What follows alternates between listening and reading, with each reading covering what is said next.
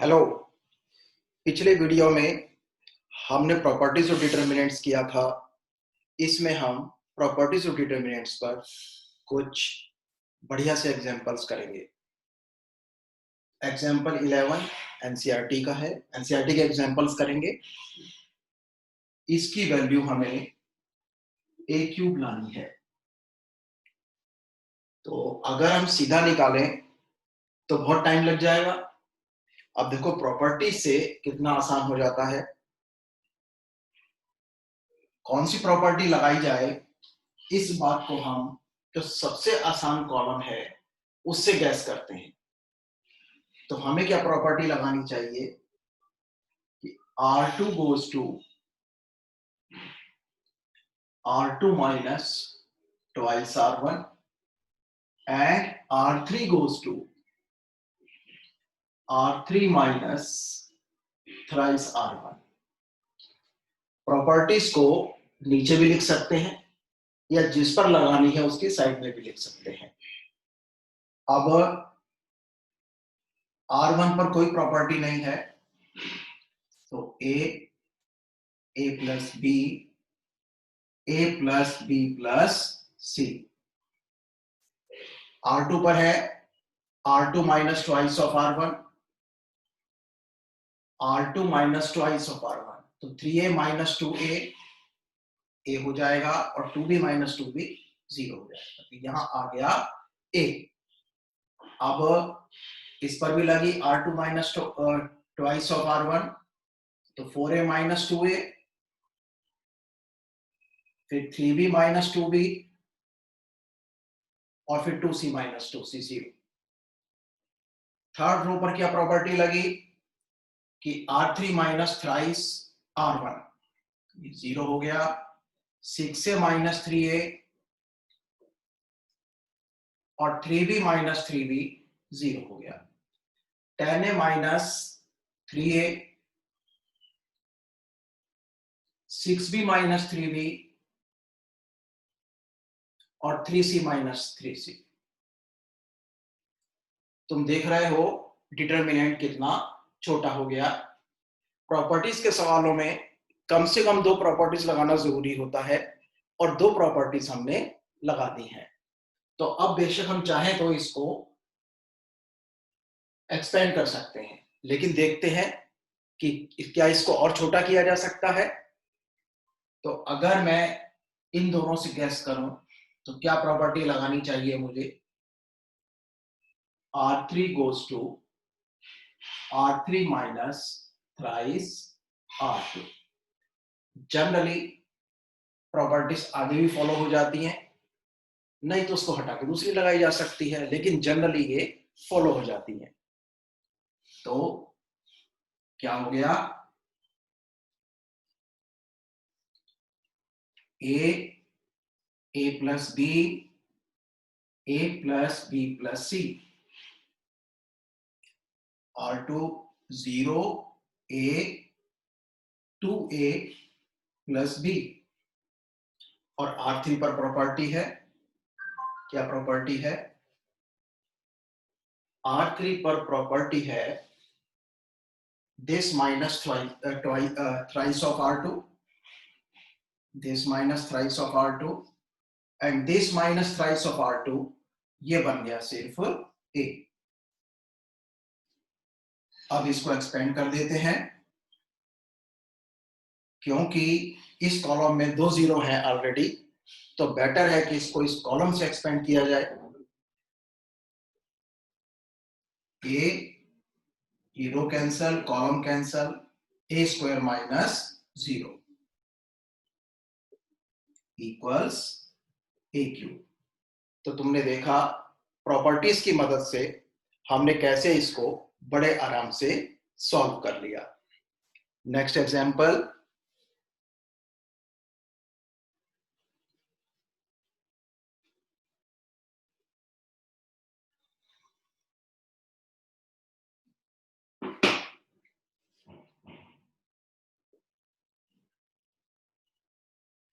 x plus y, y plus z, z plus x, z x y1 1 1, इसकी value हमें 0 लानी है। इस पर हम क्या ऑपरेशन कर सकते हैं? r1 goes to r1 plus r2। ऐसा क्यों किया? अगर यहाँ x y प्लस हो रहे हैं तो यहाँ z है, यहाँ y z है तो यहाँ x है, यहाँ z x है तो यहाँ y है। इस ऑपरेशन के बाद क्या होगा? x plus y, y plus z, z plus x।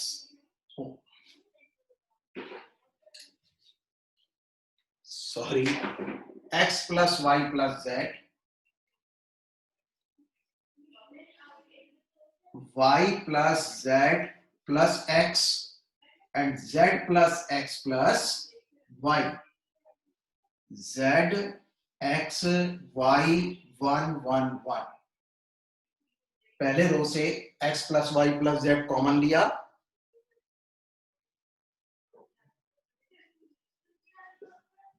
क्या बन गया? 1 1 1 z x y 1 1 1। और तुम्हें पता है अब क्या होने वाला है? x plus y plus z into 0। भाई इस डिटर्मिनेंट की वैल्यू निकालने की जरूरत ही नहीं है, हमें पता है निकालेंगे तो इसकी वैल्यू 0 आएगी। ऐसा क्यों? Because r1 is identical to r3, r1 equals r3, so the value of the determinant is 0।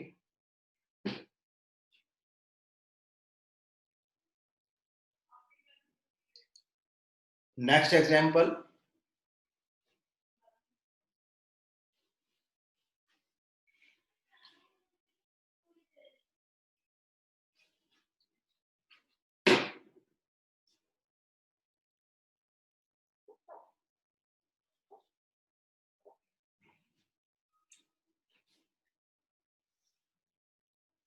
one one one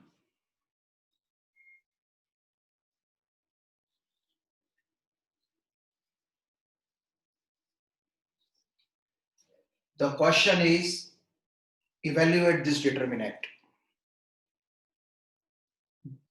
अपना एम क्या रखना चाहिए? या तो हमें कुछ कॉमन लेने को मिल जाए, ऐसा ऑपरेशन हो, और या फिर जीरोस मिल जाए, ऐसा ऑपरेशन हो। जीरो मिलने से क्या होगा कि डिटर्मिनेंट को सॉल्व करना आसान हो जाएगा। और जब भी तुम्हारे पास किसी रो या किसी कॉलम में 1 1 1 हो तो तुरंत अपना एम बना लो 2 जीरोस लाना। तो मुझे क्या ऑपरेशन करने चाहिए? r2 goes to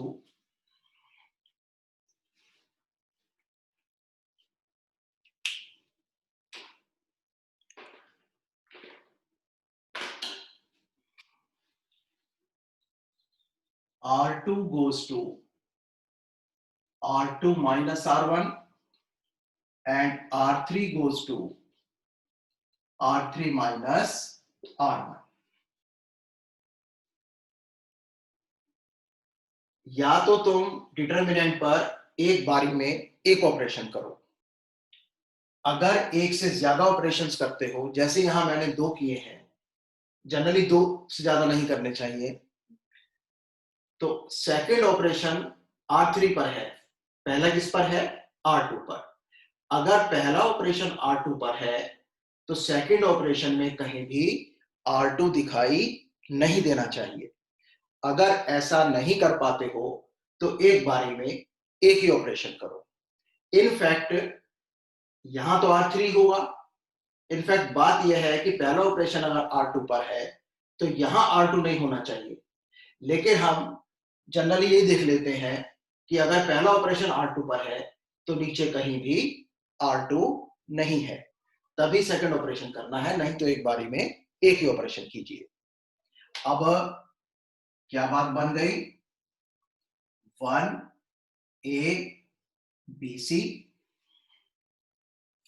फिर R2 minus R1 0, B minus A, CA minus BC, R3 minus R1, C minus A and AB minus BC.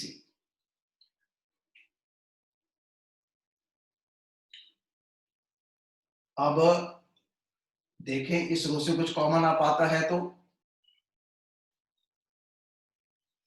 This is 1A BC 0 B minus A. अच्छा, क्या इधर मैं B माइनस ए ला सकता हूं? अगर मैं minus सी common ले लूं तो minus C B minus A. Minus common लेने पर क्या हुआ? माइनस सी कॉमन लेने पर B पॉजिटिव हो गया और A नेगेटिव हो गया. इसी तरीके से अगर इधर देखें, यहां 0, यहां C माइनस ए और माइनस B कॉमन लेने पर यहां क्या आ गया? C माइनस ए. अब मैं सेकेंड रो में से B माइनस से कॉमन ले सकता हूं. 0 में से कुछ भी कॉमन ले सकते हैं, क्योंकि 0 को मैं लिख सकता हूं 0 इंटू B माइनस से. तो 0 में से मैं B माइनस से कॉमन ले सकता हूं. इधर 0 को लिख सकते हैं, देखा जाए तो 0 इंटू C माइनस से, तो सारे में से C माइनस से कॉमन ले सकते हैं, यानी 0 में से कुछ भी कॉमन ले सकते हैं. तो अब इसमें से कॉमन लिया B माइनस से, तो और इसमें से कॉमन लिया C माइनस से. क्या बात बनी? 1A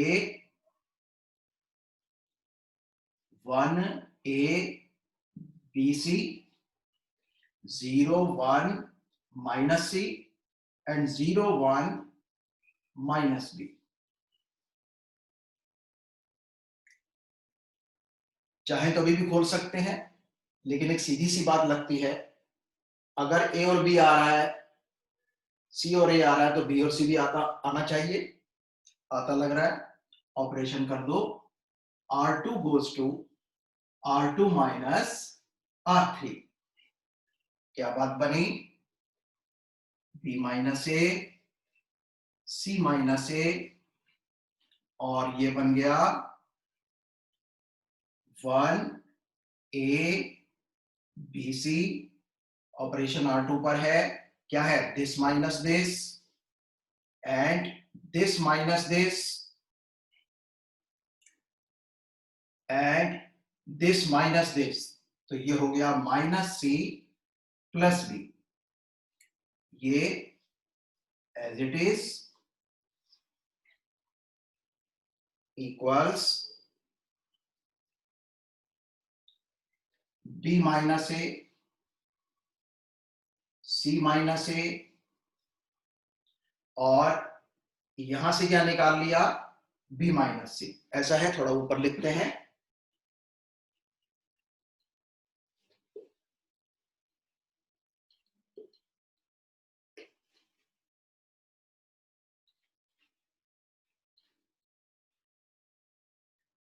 ये हमारा लास्ट स्टेप था अभी तक का.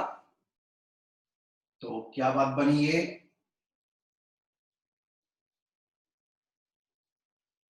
B minus A, C minus A, और सेकेंड रो से निकाल लिया B minus C. The remaining determinant is 1A BC 0 0 1 and 0 1 minus B equals B minus A, C minus A, B minus C. और इसको एक्सपेंड कर दो. किससे expand करना बढ़िया रहेगा? फर्स्ट कॉलम से. तो फर्स्ट कॉलम से इसको एक्सपेंड किया 1, फिर ये रो कैंसल, ये कॉलम कैंसल, 0 माइनस 1. ये आ गया -1. शुरू में ले आओ. B minus A, C minus A, B minus C. अब इस माइनस को कंज्यूम कर लो, क्या ही अच्छा हो कि हमें ए माइनस भी मिले, तो इसको अंदर ले जाओ, ए प्लस का हो गया, बी माइनस का हो गया, फिर लिख लो बी माइनस सी, और फिर लिख लो सी माइनस सी, ए के बाद बी के बाद सी के बाद ए। तो इस तरह से आंसर तो ये भी ठीक है, लेकिन अगर ये आंसर दोगे तो ज्यादा अच्छा लगेगा। नेक्स्ट एग्जांपल देखते हैं। एग्जांपल 14।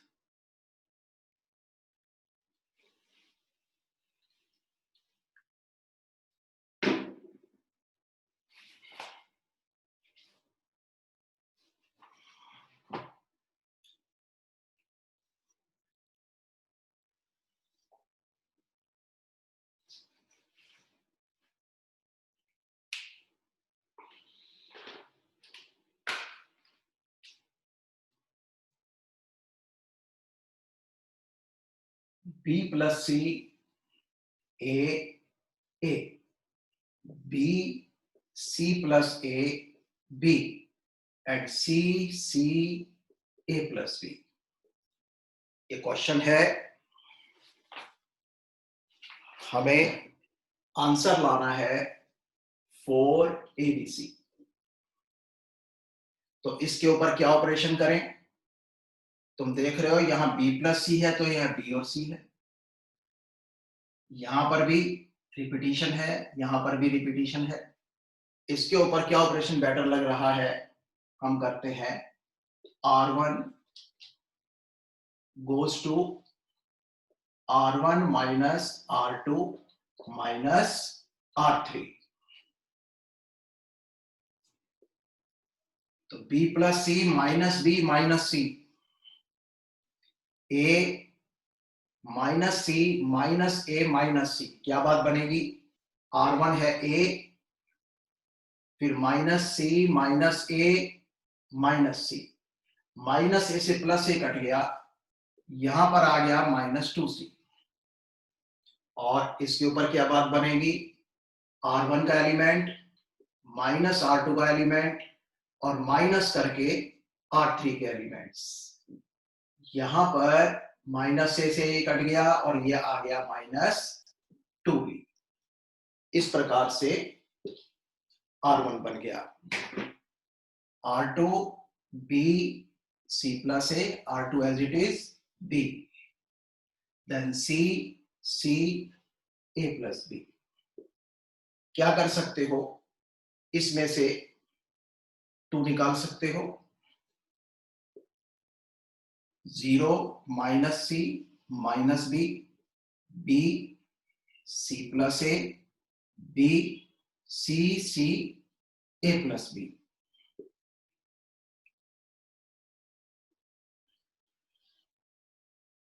अब जो है हम इसको एक्सपेंड भी कर सकते हैं, अगर कुछ और बात समझ नहीं आ रही है, लेकिन कुछ बात समझ आ रही है।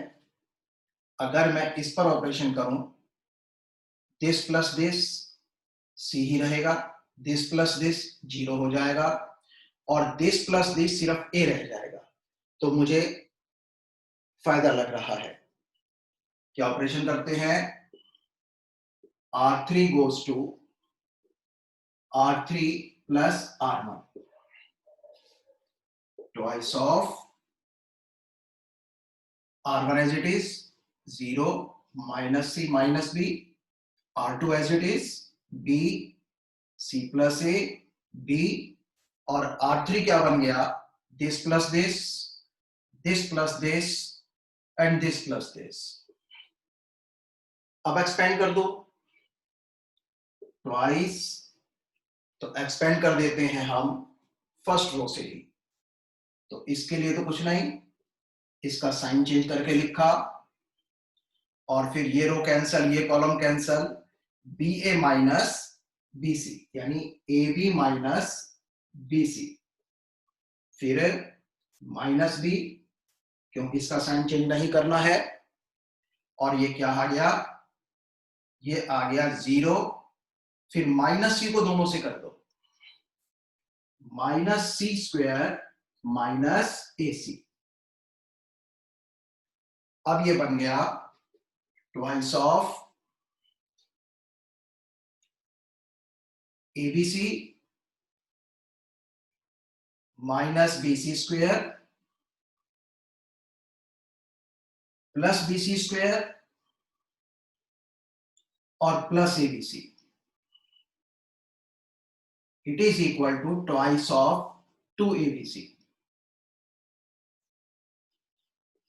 यानी कि 4ABC।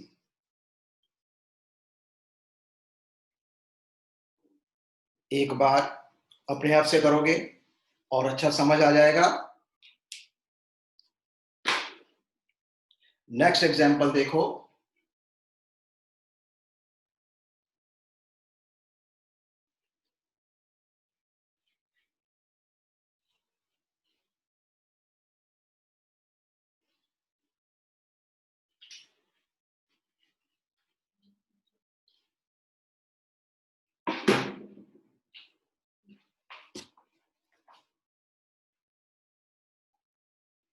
Example 15th।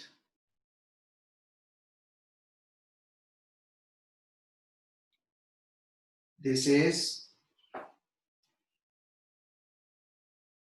इसको लिख लेना चाहिए। If x y z are different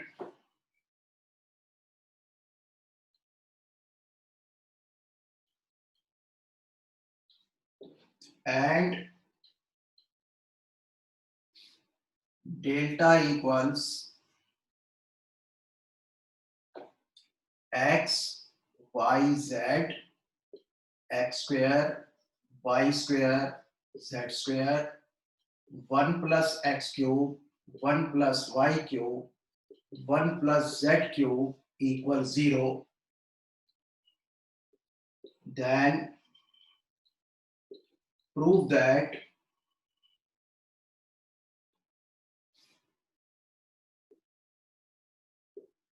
one plus x y z equals 0। This is the question। ठीक है, हम डिटरमिनेंट लेकर चलते हैं केवल।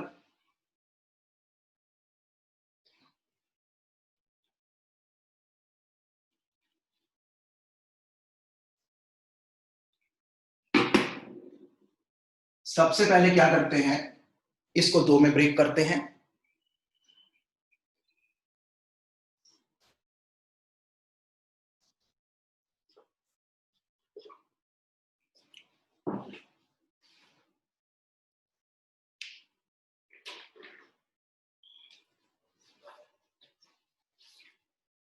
X square y square z square 1 1 1 plus x y z and x square y square z square x cube y cube z cube. इस पर operation किया, R1 interchanges with R3 equals minus 1 1 1 x square y square z square x y z. क्योंकि केवल एक pair change किया है columns का, तो डिटरमिनेंट ने साइन चेंज कर लिया, यानी पहले जो वैल्यू होती अब उसकी नेगेटिव होगी। और इधर क्या किया, इधर पहले रो से x कॉमन लिया, दूसरे रो से y कॉमन लिया, तीसरे रो से z कॉमन लिया। ये हो गया x y z, ऊपर आ गया 1 x x square 1 y y square 1 z z square. अभी इस पर एक ऑपरेशन और किया,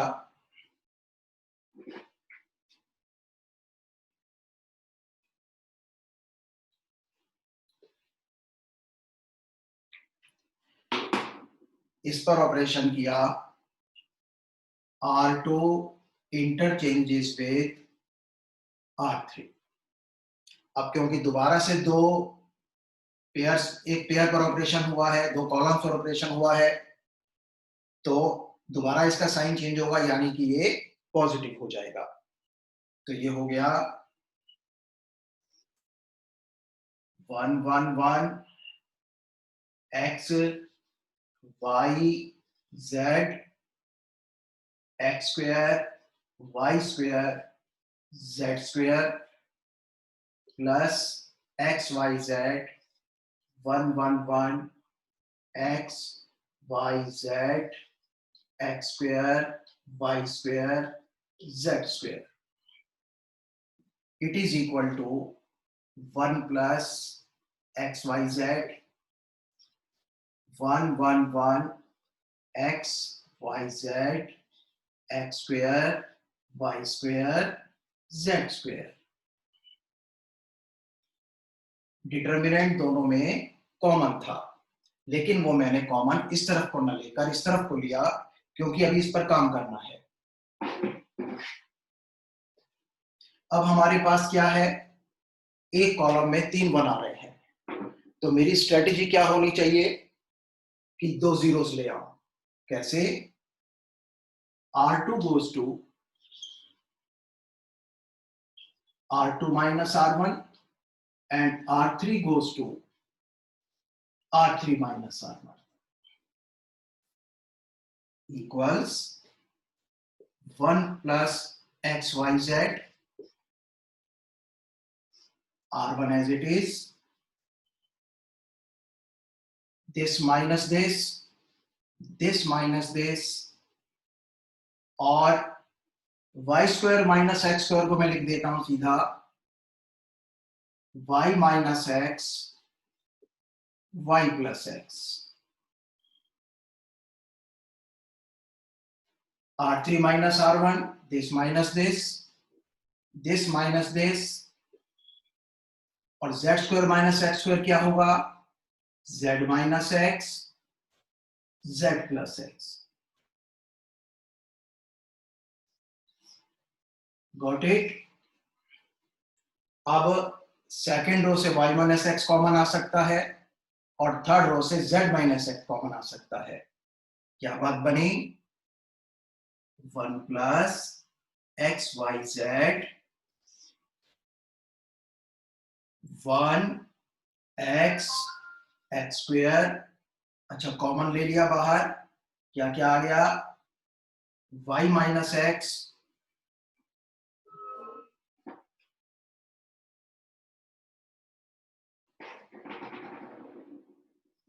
y minus x z minus x, और डिटर्मिनेंट बन गया 1 x x square 0 1 y plus x and 0 1 z plus x.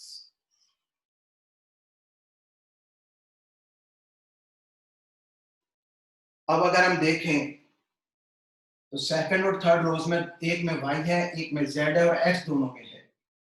तो अगर मैं R2 माइनस R3 करता हूं तो मुझे y माइनस z प्राप्त हो जाएगा। ऊपर वाले मिटा देते हैं,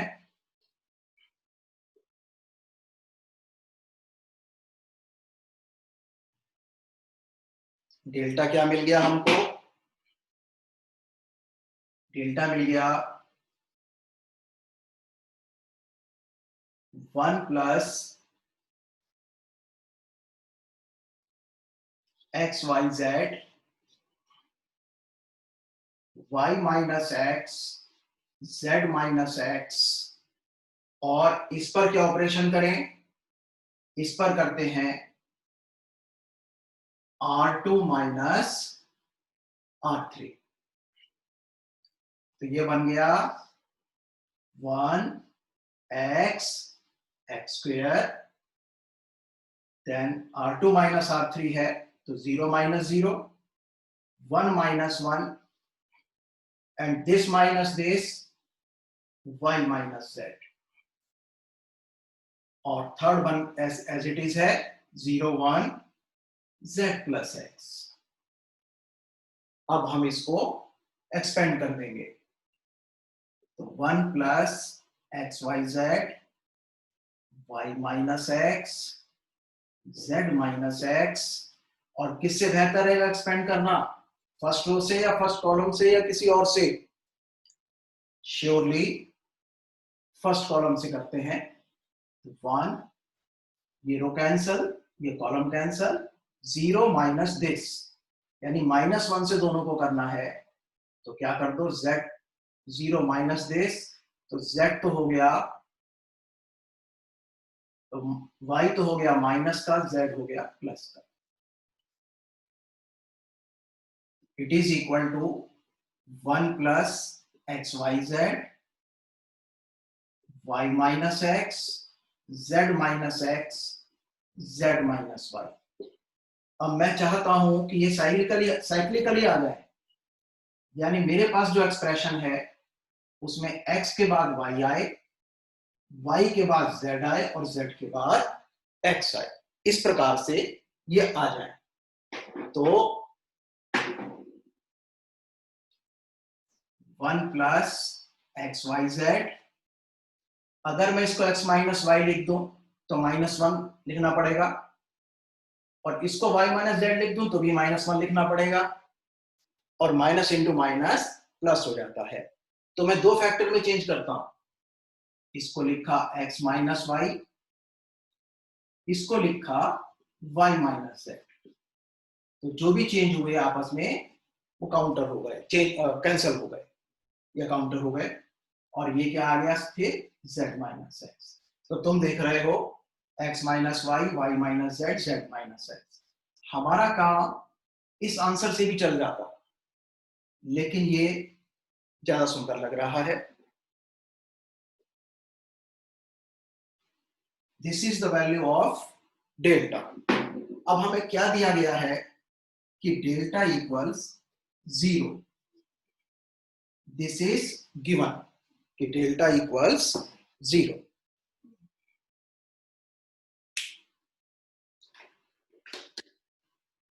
अब अगर डेल्टा 0 है, इट इंप्लाइज कि 1 plus x y z x minus y y minus z z minus x equals 0। अब ये सारी क्वांटिटी 0 नहीं है, तो इसको 0 के नीचे ले जाया जा सकता है, और फिर हमें क्या प्राप्त हो जाएगा कि this equals 0 upon this whole, and 0 upon this whole is 0। तो therefore we will get 1 plus xyz equals 0. After this step, you can write this step strictly. So this is very important example. इसको अच्छी तरह से करके देखना चाहिए। One more example today.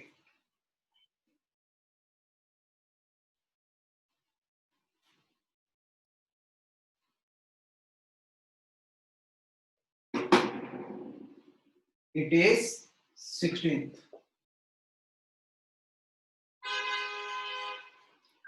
The example is 1 plus a 1 1 1 1 plus b 1 1 1 1 plus c। इसकी हमें value लानी है, या तो ABC 1 प्लस ए 1 प्लस बी 1 प्लस सी, और या फिर हमें इसकी वैल्यू लानी है ABC plus BC plus CA plus AB, यानी दिस डिटरमिनेंट को इसके इक्वल भी प्रूव करना है और इसके इक्वल भी प्रूव करना है। तो हम स्टार्ट करते हैं।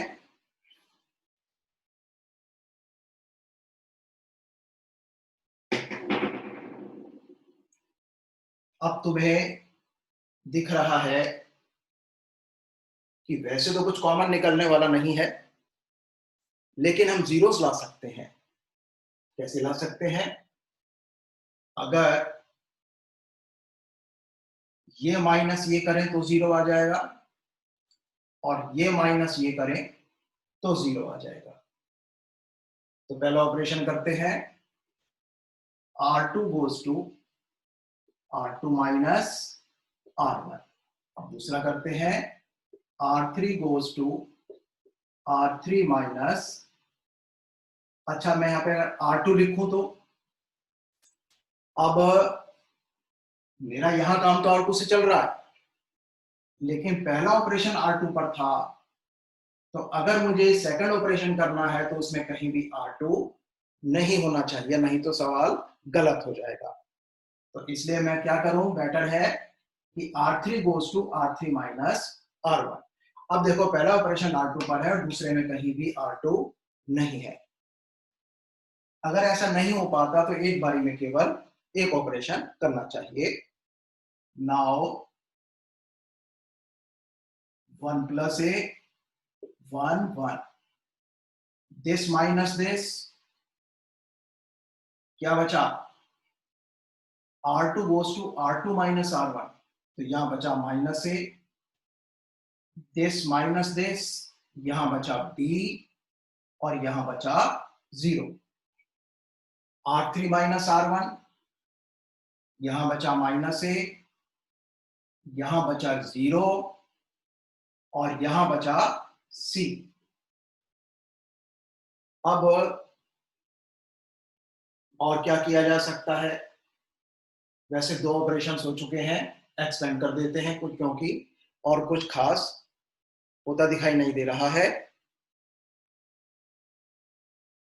तो अब ऐसा है, किससे एक्सपेंड करें इसको, इसको एक्सपेंड करते हैं इससे। तो 1,